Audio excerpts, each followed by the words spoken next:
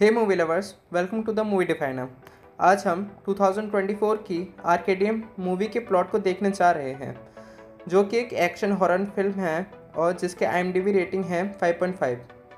तो चलिए explanation start करते हैं।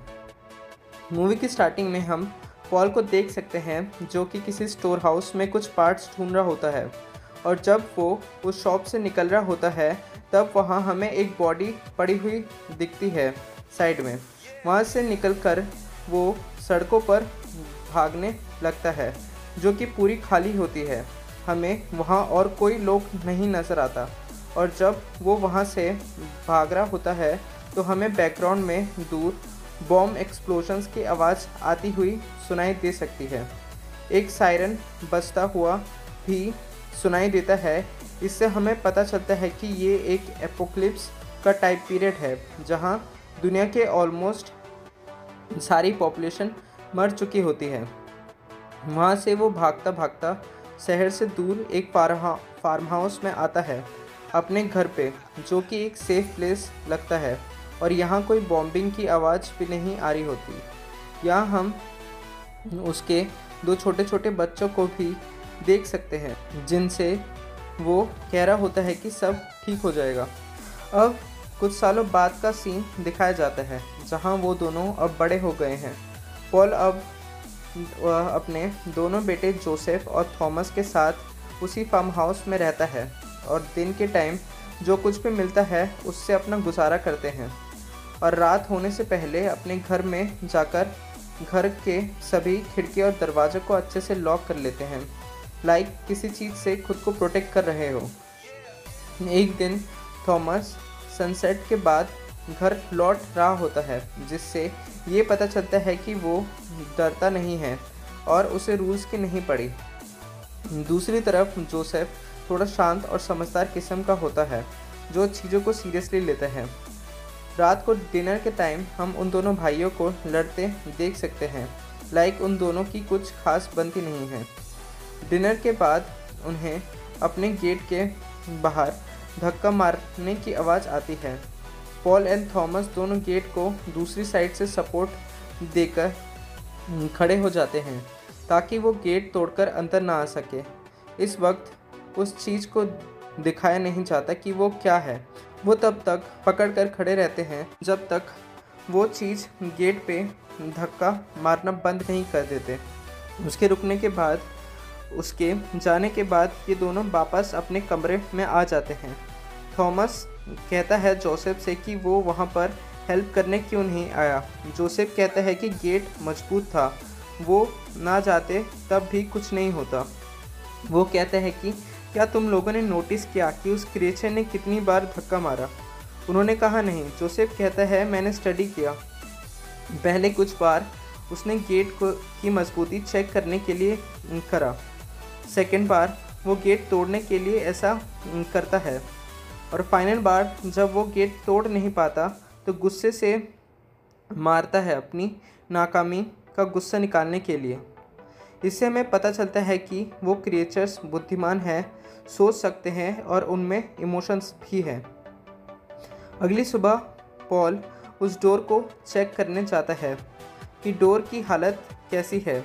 उस डोर पर हम क्रीचर्स के अटैक के निशान साफ देख सकते हैं, तो वो डिसाइड करता है गेट को रिपेयर करने का, नहीं तो वो क्रीचर्स गेट तोड़ के अंदर आ सकते हैं। तो वो अपने दोनों बेटों के साथ एक पेड़ से कुछ लकड़ी काटने चला जाता है। इस बीच जोसेफ भी अपने एक व्हीकल पर काम कर रहा होता है, जिससे कि उन्हें ट्रैवल करने में और सामान लाने में थोड़ी आसानी हो, लेकिन वो स्टार्ट नहीं हो रही होती। तो पॉल वहाँ आता है और उसके एक प्लग को सही जगह लगाता है, तो वो स्टार्ट हो जाती है। उसके बाद हम पॉल को जोसेफ को बग्गी चलाना सिखाते देख सकते हैं, जहाँ थॉमस, जो कि पीछे बैठा होता है उस व्हीकल की, वो उसे डरा रहा होता है। पॉल जोसेफ को फोकस रखने को कहता है। इसके बाद वो लौट आते हैं अपने घर पर, लेकिन पॉल उन दोनों को उस कार को लेकर कुछ सामान लाने को भेजता है, लेकिन थॉमस रोज़ फार्म में जाना चाहता था, जो उनके घर से थोड़ा दूर है। एक्चुअली थॉमस उस फार्म में रहने वाली एक लड़की से प्यार करता है जिसका नाम है शार्लेट रोज। तो वो जाते टाइम जोसेफ से कहता है कि उसने गाड़ी चलाना ठीक से नहीं सीखा और अकेले कोई काम नहीं कर सकता, इसलिए उसके फादर ने उसे साथ भेजा, नहीं तो वो रोज़ फार्म जा पाता। तो जोसेफ कहता है कि मैं ये काम अकेले ही कर सकता हूँ, उसकी कोई ज़रूरत नहीं है। तो थॉमस गाड़ी रुकवाकर उतर जाता है। वो कहता है कि मैं शाम को तुम्हें इसी जगह मिलूँगा, और वो जब सामान लेकर लौट रहा होगा तो वो साथ घर लौटेंगे। अब शाम हो जाती है। यहाँ जोसेफ की कार किसी रीज़न से स्टार्ट नहीं हो रही होती, तो कुछ अटेम्प्ट्स के बाद वो स्टार्ट हो जाती है, लेकिन वो थोड़ा लेट हो जाता है। और यहाँ थॉमस रोज़ फार्म से लौटते वक्त उसका पैर एक पत्थर पर फिसल जाता है और वो एक गड्ढे में गिर जाता है और बेहोश हो जाता है। जब जोसेफ लौटते वक्त उस जगह पर आता है तो उसे थॉमस नज़र नहीं आता। उसे लगता है शायद वो घर लौट गया होगा। ऐस शाम ढल गई थी और अंधेरा होने लगता है, तो वो घर लौट आता है। लेकिन जब वो लौटता है, उसके पिता पॉल उससे थॉमस के बारे में पूछते हैं, तो वो बताता है कि वो रोज़ फार्म चला गया था। उसे लगा वो घर लौट आया होगा। अब तक रात हो चुकी होती है, तो पॉल जोसेफ को घर पर रुकने को कहता है और थॉमस को ढूंढने निकल पड़ता है, एक मशाल लेकर रोज़ फार्म की तरफ। यहाँ थॉमस की आंख खुलती है और वो एक लाइटर की हेल्प से उस गड्ढे से निकलने का रास्ता ढूंढने लगता है कि तभी एक क्रिएचर उस पर हमला कर देता है और उसे मारने लगता है। लेकिन तभी वहाँ पर पॉल भी उसकी आवाज़ सुनकर वहाँ पर आ जाता है और उस क्रिएचर को मार देता है। यहाँ वो भी उस गड्ढे में नीचे आ जाता है और उस तक पहुँचने वाले सारे रास्तों को बंद कर देता है ताकि क्रिएचर उस तक ना पहुँच पाए। वो सुबह तक वहीं वेट करने का फ़ैसला लेते हैं क्योंकि वो सनलाइट को बर्दाश्त नहीं कर पाते और सुबह अटैक नहीं करते, इसलिए सुबह सेफ होता है। तो वो सो जाते हैं वहीं। लेकिन रात में आवाज़ आने लगती है जो उस पत्थर को हटाकर वो आने की कोशिश कर रहे होते हैं जहां वो दोनों होते हैं। पॉल वहां पे फ्लेयर जला के उन्हें वहां से भगा देता है और वो क्रिएचर्स फिर उनके नीचे से गड्ढा करके आने लगते हैं। तो पॉल थॉमस को कॉर्नर में हो जाने को कहता है, एज वहाँ से बाहर निकलने का कोई रास्ता नहीं होता, एंड एक एक्सप्लोजिव को जला देता है। लेकिन उस गड्ढे में फेंकते वक्त जहाँ से वो क्रिएचर्स आ रहे होते हैं, उसका हाथ एक पत्थर में अटक जाता है और एक्सप्लोजन हो जाता है, जिससे वो क्रिएचर्स मर जाते हैं और वो गुफा कोलैप्स हो जाती है। इस बीच जोसेफ, जो घर पर अकेले होता है, एक गेट को ठीक से लॉक करना भूल जाता है और सो जाता है, जिससे खोलकर एक क्रिएचर अंदर आ जाता है। लेकिन जैसे वो क्रिएचर जोसेफ के क्लोज आता है, वो एक रस्सी को खींच देता है, जिससे एक केज उस क्रिएचर पर आकर गिर जाता है और वो ट्रैप हो जाता है। इससे हमें पता चलता है कि जोसेफ ने जानबूझकर ये प्लान करा था ताकि वो क्रिएचर को पकड़ सके और उसे स्टडी कर सके। इतने में सुबह भी हो जाती है। वो अपनी गाड़ी में अपने पिता और भाई को ढूंढने निकल जाता है। थॉमस उस एक्सप्लोजन से बेहोश हो गया था और पॉल बुरी तरह से जख्मी हो गया था। उस एक्सप्लोजन से उसकी हाथ मुंह जल गए होते हैं। अपने पिता को किसी तरह वहाँ से बाहर निकालता है थॉमस, और जोसेफ भी वहाँ आ जाता है कुछ देर में। थॉमस जोसेफ को सब बताता है क्या हुआ। जोसेफ थॉमस को थोड़ा शांत कराता है और अपने पिता को गाड़ी में बिठाकर वो दोनों घर ले आते हैं। वहाँ थॉमस को उस क्रिएचर के बारे में पता चलता है जो जोसेफ ने पकड़ा होता है। वो कहता है, मैं इसे मार सकता हूँ। तो जोसेफ मजाक में उससे कहता है कि वो उसे मारकर दिखाए। लेकिन जब वो उस क्रिएचर को मारने के लिए तैयार होता है तो जोसेफ मना कर देता है। तो थॉमस भड़क कर उस पिंजरे को खोलने लगता है और क्रिएचर सच में बाहर आ जाता है और थॉमस पर अटैक कर देता है। लेकिन जोसेफ उसे एक लकड़ी की मदद से रोकता है और इतने में थॉमस एक कुल्हाड़ी से उसका गला काटकर उसे मार देता है। जोसेफ उस क्रिएचर की काट पीट करके स्टडी कर रहा होता है कि थॉमस वहाँ पर आकर उससे कहता है कि उन्हें अपने पापा को रोज़ फार्म ले जाना चाहिए क्योंकि वहाँ उनका इलाज हो सकता है, नहीं तो बिना इलाज के उनके पिता बच नहीं पाएंगे। तो ये सुनकर जोसेफ, जिसको मदद की कुछ खास उम्मीद नहीं होती, वहाँ जाने को तैयार हो जाता है और थॉमस के साथ और अपने पापा के साथ वहाँ चला जाता है। लेकिन जब वो वहाँ पहुँचते हैं उन्हें गेट पर ही रोक दिया जाता है। मिस्टर रोज और उनकी पत्नी कहती है उन पे कोई दवा नहीं है, लेकिन वो थॉमस को फार्म पर रुकने दे सकते हैं। तो जोसेफ लौटने लगता है। थॉमस उनके साथ आ रहा होता है लेकिन वो उसे रुकने को कहता है।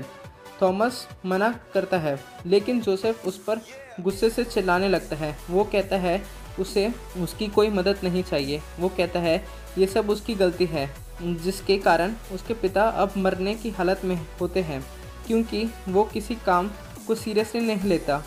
थॉमस इस बात से भड़क जाता है और जोसेफ को मारने लगता है, लेकिन रुक जाता है। यहाँ से जोसेफ थॉमस को वहीं छोड़कर अपने पिता पॉल को घर ले आता है। थॉमस शार्लेट के घर चला जाता है रुकने के लिए, लेकिन वो वहाँ जाकर उनके घर दवाई ढूंढने लगता है। शार्लेट उसे ऐसा करते देख लेती है तो थॉमस उससे विनती करता है कि वो कहता है दवाई के बिना उसके पापा मर जाएंगे। तो शार्लेट भी मान जाती है और वो उसे दवाई दे देती है। लेकिन जब वो उस दवाई को लेकर घर लौट रहा होता है तो उसे वहाँ का एक आदमी गन पॉइंट पर रोक लेता है। वो कहता है वो चोरी करके भाग रहा है वहाँ से। वो समझाने की कोशिश करता है ऐसा नहीं है, लेकिन वहाँ के कुछ लोग उसे बांध देते हैं और उसको सज़ा के तौर पर उसके पैर में गोली मारने ही वाले होते हैं। यहाँ जोसेफ जब घर पहुँचता है तो देखता है कि उसके घर के एक फ्लोरबोर्ड के नीचे एक बड़ा होल बन रहा होता है। वो समझ जाता है कि क्रिएचर्स घर के नीचे से अंदर आने की कोशिश कर रहे हैं। और यहाँ रोज़ फार्म पर जब वो आदमी थॉमस को मारने वाला होता है कि ऐसे एक होल से उन पर अटैक हो जाता है। क्रिएचर्स शायद कई दिन से इसकी प्लानिंग कर रहे थे और उस एक नाइट में उनका प्लान था सब पर हमला करने का। यहाँ ये क्रिएचर्स शार्लेट के मम्मी डैडी को भी मार देते हैं, लेकिन किसी तरह ये दोनों थॉमस और शार्लेट वहाँ से बच निकलते हैं। दोनों वहाँ से बचकर पॉल के फार्म पर आ जाते हैं। वहाँ आकर वो पॉल को दवाई देते हैं जिससे वो थोड़ा ठीक होने लगता है। वो करंट हालत के बारे में उसको बताते हैं कि हमारे पर क्रिएचर्स का हमला होने वाला है। वो उससे पूछते हैं कि हम क्या करें। पॉल कहता है फाइट करो। ये सुनकर जोसेफ एक ट्रैप प्रिपेयर करने का प्लान बनाता है जिसमें वो एक जगह कई फ्यूल टैंक्स को लेकर पलट देता है और एक सिगार को एज अ टाइमर यूज़ करता है। और जब वो ऐसा कर रहा होता है तो थॉमस और शार्लेट उन क्रिएचर्स से फाइट कर उन्हें रोक रहे होते हैं, लेकिन क्रिएचर्स की संख्या बहुत ज़्यादा होती है और वो उन्हें रोक नहीं पा रहे होते हैं। तभी पॉल उठ जाता है और क्रिएचर्स से लड़ने लगता है और उनको अंदर लॉक करके उन क्रिएचर्स को रोकने लगता है, जिससे उनके दोनों बेटों और शार्लेट को सेफ बॉक्स के अंदर जाने का टाइम मिल सके। और जैसे एक्सप्लोजन होता है, पॉल अपनी जान देकर अपने बच्चों को बचा लेता है। जोसेफ और थॉमस अपने पिता को मलबे में ढूंढने लगते हैं, लेकिन अब भी कुछ क्रिएचर्स जो कि ज़िंदा होते हैं लेकिन आग में जल रहे होते हैं, वो उन तीनों पर अटैक कर देते हैं। लेकिन वो तीनों गाड़ी लेकर भागने लगते हैं, लेकिन वो क्रिएचर्स भी उनका पीछा करते करते जलकर मर जाते हैं और वो तीनों बच जाते हैं और पहली बार रात के खुले आसमान को देखते हैं, तारों को देखते हैं। अगले दिन वो तीनों आसपास के कुछ फार्म्स को एक्सप्लोर करने का फैसला करते हैं और अपने जैसे सर्वाइवर को ढूंढने निकल पड़ते हैं। तो मूवी यहीं ओवर होती है। आई होप आपने एंजॉय किया होगा। करा हो तो वीडियो को ज़रूर लाइक करना और ऐसे वीडियोस से अपडेटेड रहने के लिए हमारे चैनल को सब्सक्राइब करना बिल्कुल भी मत भूलना। मिलते हैं अगली वीडियो में एक नए मूवी एक्सप्लोरेशन के साथ। तब तक के लिए बाय, टेक केयर।